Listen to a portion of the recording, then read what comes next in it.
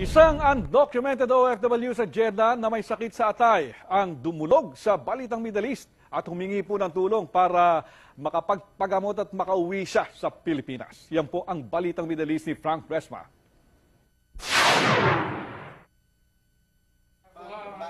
Kinakapos ang hininga, inuubo at namamalas ang buong katawan, sanhi ng komplikasyon dulot ng sakit sa atay at tubig sa baga ang nagpapahirap kay OFW Bernard Alde Ordanza.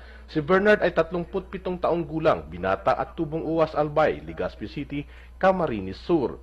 Kinakailangan ng 300,000 piso para sa kanyang pagpapagamot. Iniinda ni Ordanza ang kanyang karamdaman hanggang hindi na nakaya at lumapit sa Balitang Middle East. Inais ko yung sakit ko, nagtatrabaho ko kahit may nararamdaman hanggang sa lumala. Ayaw po, huwag niya nang palalain. Hanggat maaari, agapan nyo. Agapan nyo at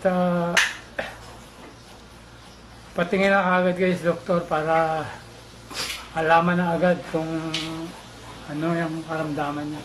Construction welder, may timbang na mahigit 100 kilo, malusog at matipuno ang pangangatawan, hindi na akalain na halos kalahati ang mawawala sa kanyang timbang nang dahil sa kanyang sakit. Sa mga dasal nyo, sa mga financial na suporta, ito ako ngayon medyo ayos na. Although sinasabi ng doktor na medyo malayo-layo pang gamutan na gagawin sa akin dahil nagkaroon na nga ng mga komplikasyon. Pero sa tingin ko naman, okay na ang katawan ko at kung nakaya ko noon, siguro mas kakayanin ko na ngayon dahil okay na ang paghinga ko. Mabilis namang tumugon ang konsulado at naipagamot agad siya sa isang pribadong hospital. Makalipas ang ilang araw sa ICU, nakalabas siya at hindi na kailangan na maoperahan ayon sa mga tumingin na doktor sa kanya.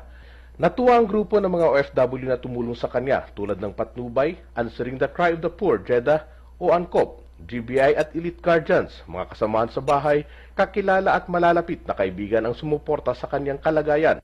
Salamat sa mga tumulong po sa kanya na dinala po sa hospital. Natutuwa sa pangyayari dahil sa kahit na siya na naging malubha, medyo nakarecover siya ngayon. Sa tulong ng mga dasal at suportang pinansyal, nabago ang kanyang pananaw dahil sa kanyang sinapit na kahit sa kagipitan, ang Pinoy ay laging maaasahan. Nagbabalita sa Middle East, Frank Resma, Jeddah, Saudi Arabia.